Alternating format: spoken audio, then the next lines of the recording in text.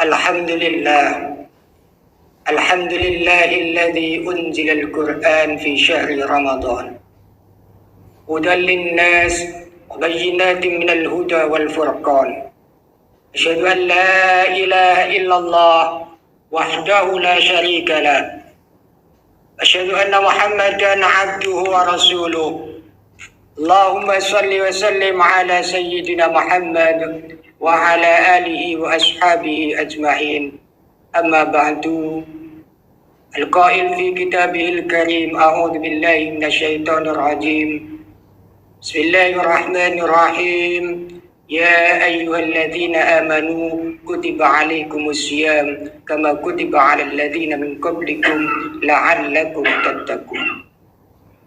Ma'asyiral muslimin rahimakumullah, usikum wa nafsi bitaqwallah, ittaqullah haqqa tuqatih wa la tamutunna illa wa antum muslimun. Ma'asyiral muslimin, alhamdulillah pada kesempatan Jumat yang berkah ini di masjid yang insya Allah penuh dengan keberkahan ini, kita masih diberi nikmat oleh Allah Subhanahu wa Ta'ala sehat. Maka marilah kita senantiasa meningkatkan ketakwaan kita sebagai rasa syukur atas nikmat yang diberikan oleh Allah Subhanahu wa Ta'ala. Apalagi kita diberi nikmat oleh Allah, ditakdirkan bisa masuk di dalam bulan Ramadan, yang mana bulan Ramadan ini adalah bulan yang sangat luar biasa. Umat Islam sangat menunggu-nunggu kedatangannya. Maka dalam istilah bahasa Arab, puasa bulan Ramadan, atau lebih spesifiknya puasa, dalam bahasa Arab disebut as-shaum atau as-syiyam. Di dalam Al-Quran Allah mengulang kata ini sebanyak 13 kali. Beda dengan Ramadan. Ramadan Allah hanya sekali menyebutkan dalam Al-Quran. Artinya apa, ma'asyiral muslimin rahimakumullah? Puasa dan orang yang berpuasa ini di sisi Allah adalah sangat luar biasa, memiliki tempat yang sangat mulia di hadapan Allah Subhanahu wa Ta'ala. Maka puasa ini sudah diwajibkan oleh Allah sebelum umatnya Nabi Muhammad sallallahu alaihi wasallam. Sesuai dengan Al-Quran, ayat yang saya baca di muqaddimah, kutiba 'alal ladzina min qablikum, diwajibkan pada orang-orang yang sebelum kalian, yaitu orang-orang sebelum umatnya Nabi Muhammad sallallahu alaihi wasallam. Maka Allah Subhanahu wa Ta'ala memberikan kenikmatan yang banyak ketika seseorang itu mau dan mampu menjalankan perintah puasa. Ada dua hadis yang mungkin khutbah kali ini akan saya petik. Saya jelaskan. Yang pertama adalah Allah sangat mengagumi orang-orang yang berpuasa, sehingga Allah memberikan lebih daripada ibadah yang lain. Dalam redaksi hadis Rasul sallallahu alaihi wasallam, lis-shaimi farhatani, bagi orang-orang yang menjalankan puasa akan mendapatkan dua kebahagiaan. Farhatun inda iftarihi, yaitu kebahagiaan yang pertama tatkala seorang yang berpuasa ini di jam-jam berbuka puasa. Inda iftar, iftar artinya adalah berbuka puasa. Yang kedua adalah inda liqa'i rabbih, tatkala seorang yang berpuasa ini dijaminkan oleh Allah nanti akan berjumpa, bertatap muka langsung. Inda liqa, liqa artinya berjumpa dengan Allah Subhanahu wa Ta'ala. Ma'asyiral muslimin rahimakumullah, dua kebahagiaan ini yang kemudian oleh ulama dinisbatkan kebahagiaan yang pertama adalah kebahagiaan dunia.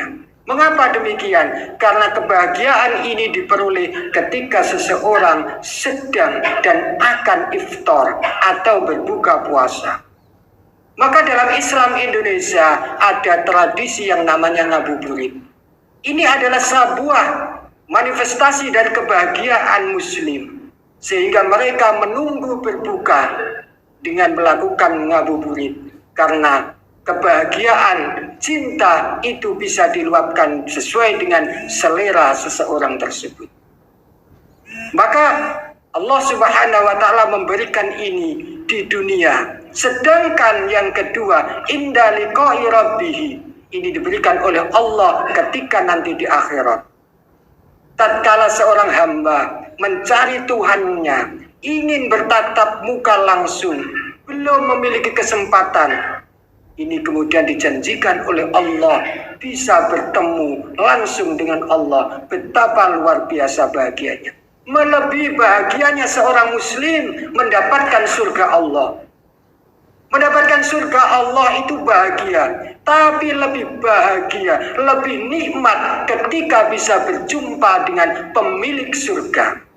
Sebagai analogi ma'asyiral muslimin rahimakumullah, tatkala kita bertamu di rumah seseorang, katakan di rumah keluarga, di rumah pakde, di rumah guru, tatkala kita dipersilahkan, boleh masuk, diizinkan, tapi pemilik rumah tidak ada di rumah, bagaimana perasaan yang kita hadapi saat di rumah itu?